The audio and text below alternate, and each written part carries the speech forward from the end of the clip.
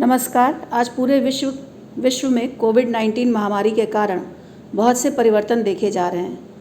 जहां हमारी जीवन शैली में बदलाव हो रहा है, वहीं हमारी शिक्षा प्रणाली या पठन पाठन प्रक्रिया का भी कलेवर बदला है।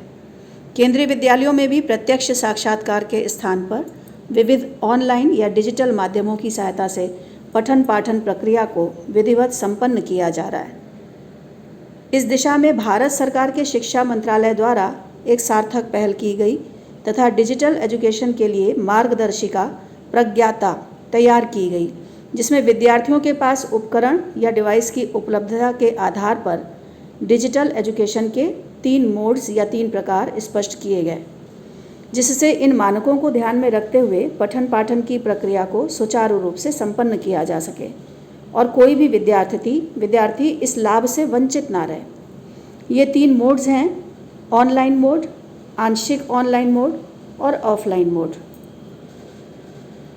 ऑनलाइन मोड के अंतर्गत जहां विद्यार्थियों के पास डिवाइस और इंटरनेट कनेक्टिविटी दोनों ही उपलब्ध हैं, उनके लिए केंद्रीय विद्यालय गोमती नगर द्वितीय पाली के सभी शिक्षक गूगल मीट की सहायता से प्रत्यक्षीकरण करते हुए screen sharing, demonstration, quiz, power point प्रदर्शन, व्हाइट बोर्ड की सहायता से स्पष्टीकरण तथा विविध क्रियाओं को प्रत्यक्ष करते हुए पठन पाठन की प्रक्रिया को उत्कृष्ट ढंग से संपन्न कर रहे हैं। आंशिक ऑनलाइन मोड जहां डिवाइस तो है लेकिन विशिष्ट समय पर ही उपलब्ध है या इंटरनेट सेवा विधिवत नहीं है, उन विद्यार्थियों के लिए शिक्षक अपने पाठ YouTube पर अपलोड करके उसके लिंक विद्यार्थियों को उपलब्ध करवा रहे हैं। पाठों के मुख्य बिंदुओं के वॉइस नोट्स बनाकर उन्हें साझा कर रहे हैं। गूगल क्लासरूम की सहायता से आवश्यक सामग्री प्रेषित कर रहे हैं और असाइनमेंट्स पूरे करवा रहे हैं। इसके साथ ही शिक्षा मंत्रालय तथा CBSE के संयुक्त प्रयासों से उपलब्ध ई-पाठशाला दीक्षा ऐप से भी विद्यार्थी लाभान्वित हो रहे हैं। केंद्रीय विद्यालय के शिक्षक भी विद्यादान योजना से जुड़कर अपनी शिक्षण सामग्री को साझा कर रहे हैं।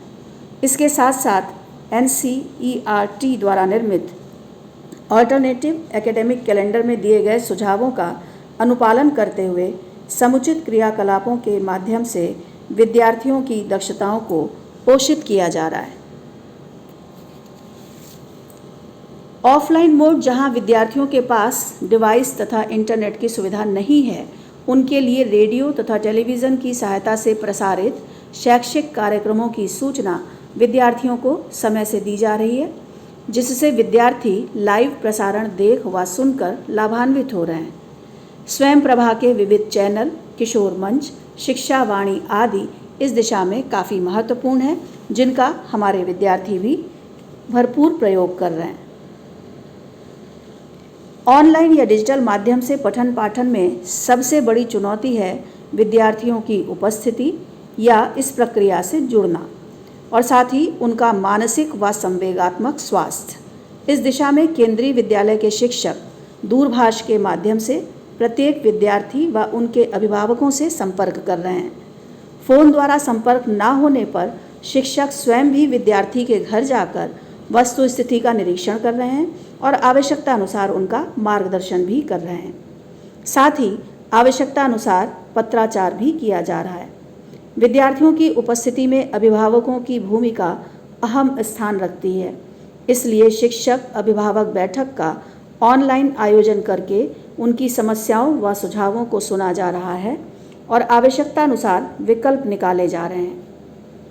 साथ ही केंद्रीय विद्यालय गोमती नगर ने एक पहल ये भी की है कि उन्होंने जितने भी हमारे विद्यार्थी हैं उनके अभिभावकों तक ये सूचना दे दी है कि यदि कोई अभिभावक चाहता है या मान लीजिए वो ऑनलाइन नहीं जुड़ पा रहा है, तो वो अपनी जो भी उसकी आवश्यकता है या उसका सुझाव है या उसकी समस्या है, उसको वो गेट पर जो सिक्योरिटी मैन है उसके पास उपलब्ध पंजिका में या वहाँ पर जो ड्रॉप बॉक्स है वहाँ पर वो लिखकर डालकर जा सकता है और प्राचार्य तथा उप प्राचार्य समय समय पर उनको देखेंगे और हर संभव सहायता करके विद्यार्थियों को इन कक्षाओं से जोड़ने का प्रयास करेंगे।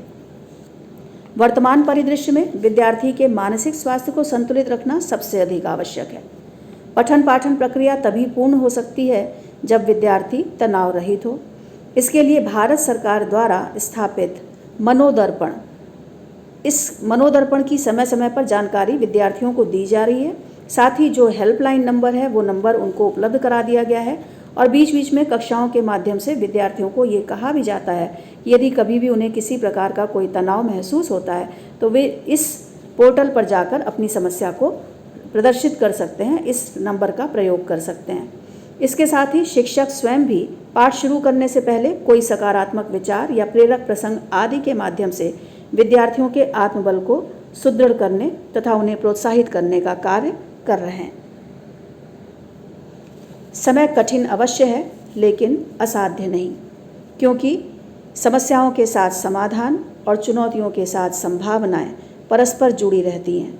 बस दृष्टिकोण बदलने और विकल्प का चयन करने की आवश्यकता होती है और इस दिशा में केंद्रीय विद्यालय गोमतीनगर द्वितीय पाली पूरी तरह से तत्पर है और विद्यार्थियों की आवश्यकता के अनुरूप उनके पठन पाठन की प्रक्रिया को सुचारू रूप से संपन्न करने के लिए कटिबद्ध है।